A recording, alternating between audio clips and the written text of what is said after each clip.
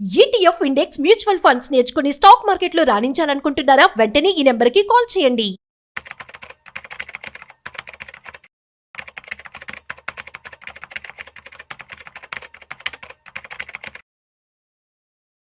నమస్తే, welcome back to Suman TV. Present మనతో పాటు ఉన్నారు stock market analyst Sundar Rama Reddy గారు. నమస్తే సార్. నమస్తే మ్యామ్.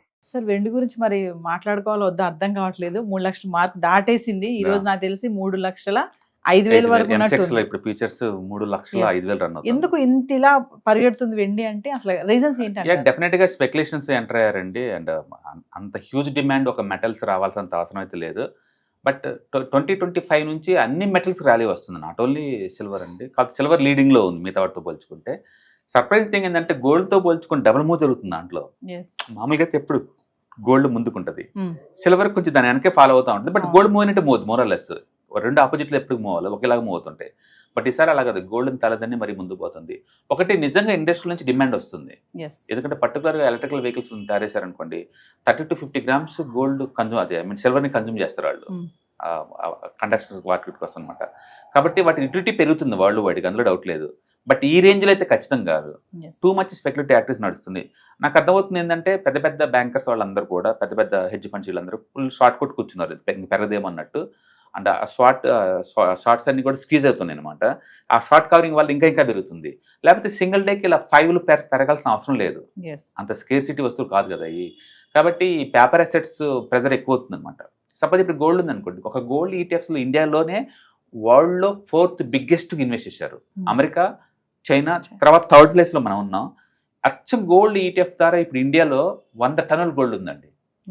100 టన్నుల గోల్డ్ తయారు చేశారు అచ్చం ఈటీఎఫ్ల ద్వారా. ఒకప్పుడు ఈటీఎఫ్లు అంటే అవి ఏంటనేవాళ్ళు. ఇప్పుడు ఈటీఎఫ్ ఫార్మేట్లో 100 టన్నుల గోల్డ్ మన దగ్గర ఆకువేసి అమెరికా నెక్స్ట్ చైనా తర్వాత ఇండియా వాళ్ళు 3rd ప్లేస్లో ఉన్నారు. అట్లా మెటల్స్ మీద ఏంటంటే టూ మచ్ మోజ్ పెరిగింది లాస్ట్ 2 years నుంచి. అట్లా ఈటీఎఫ్స్లో ఈ సిల్వర్ ఈటీఎఫ్స్ మీద, సిల్వర్ మ్యూచువల్ ఫండ్స్ మీద, సిల్వర్ ఫీచర్స్ మీద ఇలా బెట్ కాసి వాళ్ళు ఎక్కువైపోతున్నారు. అంటే ఫిజికల్గా ఉన్న సిల్వర్తో పోల్చుకుంటే ఇలా పేపర్ అసెట్స్ మీద బెట్ కాసే వాళ్ళు 400% ఉన్నారు. అంటే 1 kg సిల్వర్కి 400 kgs బెట్ కడుతున్నారు ఇక్కడ.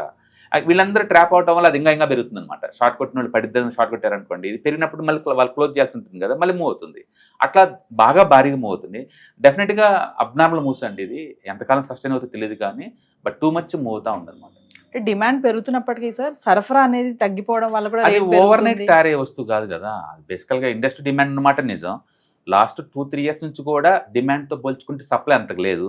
రెండోది మైనింగ్ యాక్టివిటీ బాగా డల్ అవుతుంది. వరల్డ్లోనే 2 బిగ్గెస్ట్ మైనింగ్స్ క్లోజ్ చేస్తున్నారు. అందుకని సిల్వర్ సెక్టర్ ఇంకా తగ్గిద్ది అనమాట. బట్ ఇండస్ట్రియల్ డిమాండ్ ఇంకా పెరుగుతుంది. బట్ ఎంత పెరిగినా సరే ఈ రేంజ్ అయితే ఖచ్చితంగా కాదు. బేసిక్గా మొన్నటి వరకు చైనా వాళ్ళు సిల్వర్ ఎక్స్పోర్ట్స్ బ్యాన్ చేస్తున్నారు, అందుకే పెరుగుతుంది అంటున్నారు. అసలు చైనా వాళ్ళు ఎప్పుడు కూడా సిల్వర్ ఇంపోర్ట్ చేసుకుంటే తప్ప ఎక్స్పోర్ట్ ఎప్పుడు చేయలేదండి. వాళ్ళకే బోల్డ్ అంత కావాలి. ఎందుకంటే ప్రపంచవ్యాప్తంగా ఎలక్ట్రికల్ వెహికల్స్కి హబ్ చైనా. వాళ్ళు తయారేసే సిల్వర్ సరిపోక వాళ్ళు బయట నుంచి ఇంపోర్ట్ చేసుకుంటారు. అందుకని చైనా వాళ్ళు మొదటి నుంచి కూడా నెట్ ఇంపోర్టర్స్ వాళ్ళు. అందుకని వాళ్ళు సపరేట్గా బ్యాన్ చేసినా బ్యాన్ చేయకపోయినా అది బయటకు వచ్చేది ఏం కాదు అక్కడ నుంచి. ఇలాంటి న్యూస్ వాటి వల్ల ఇటు వల్ల మూవ్ అవుతా ఉంది, బాగా మూవ్ అవుతా ఉంది అనమాట. టూ మచ్ మూవ్ అవుతుంది. అంటే మేము అనుకుంది ±15% రిటర్న్స్ వస్తాయి ఈ సంవత్సరం అనుకున్నాం. బట్ ఇక్కడ చూస్తే ఎవ్రీడే మార్నింగ్ అయిందంటే 5% దగ్గర ఉంటుంది, 5% దగ్గర ఉంటుంది. బట్ పెన్షన్ ఫండ్స్లో ఎవరు కొంటలేదండి, గవర్నమెంట్ పర్మిషన్ ఇచ్చినా సరే గోల్డ్ సిల్వర్లో అంతగా మూవ్ అవుతుంది. బట్ ఎంతకాలం ఇలా ఉంటుందో మనం చెప్పలేము. ఎందుకంటే వరల్డ్ వైడ్గా అన్సర్టనిటీ అయ్యే కొద్దీ సిల్వర్ గోల్డ్కి ఆ డిమాండ్ ఉంటూనే ఉంటుంది. ఇంకా ఎవ్రీ వీక్ ఏదో ఒక న్యూస్ వస్తుంది, అన్సర్టనిటీ పెరుగుతుంది కాబట్టి ముందు పోతుంది. బట్ ఎంతకంత ప్రోడక్ట్ బుకింగ్ చేసుకోవడం బెటర్, స్ట్రెంత్లో ఉన్నప్పుడే ఎంతకంత బుక్ చేసుకోవడం బెటర్. ఏడాదిలో ఎంత పెరిగింది అనుకోవచ్చు sir silver? Almost last year 170 అండి. అండ్ ఈ మంత్ కూడా లిటరల్లీ అది ఐ థింక్ మోర్ దెన్ 10% పెరిగినట్టుంది. ఎంత వేగంగా పెరుగుతుందో అంతలా పడిపోతుంది అంటారా?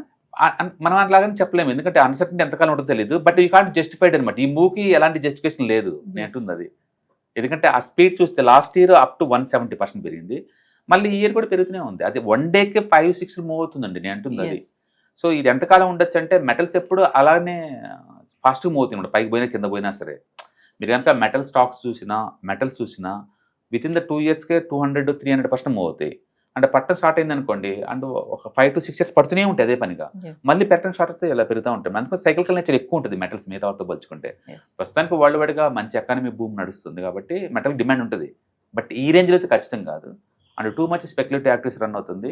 అండ్ స్ట్రెంత్లో ఉన్నప్పుడు ఎంతకంత ప్రాఫిట్ బుక్ చేసుకొని కొంతవరకు పార్షల్ బుక్ చేసుకోవటం బెటర్, డిప్ అని బై చేసుకోవటం బెటర్. ఇలాంటి వాటిలో చేంజ్ చేసుకోవటం అవసరం అంటే అంత కష్టం.